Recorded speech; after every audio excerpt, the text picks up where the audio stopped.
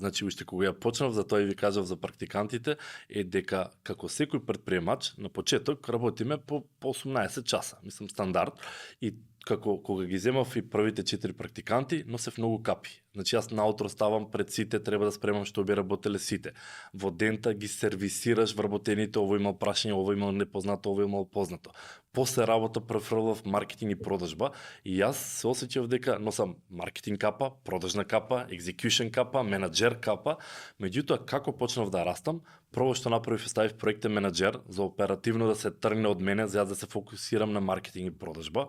Како почна компанијата да расте, па вработивме маркетинг менаџер со цел па и маркетингот да се тргне од мене, и после како продолживме да растиме, ставивме и селс менаџер за и тоа да се тргне од мене, за кај мене да остане само стратегиската капа, кај што јас би се фокусирал на стратегија.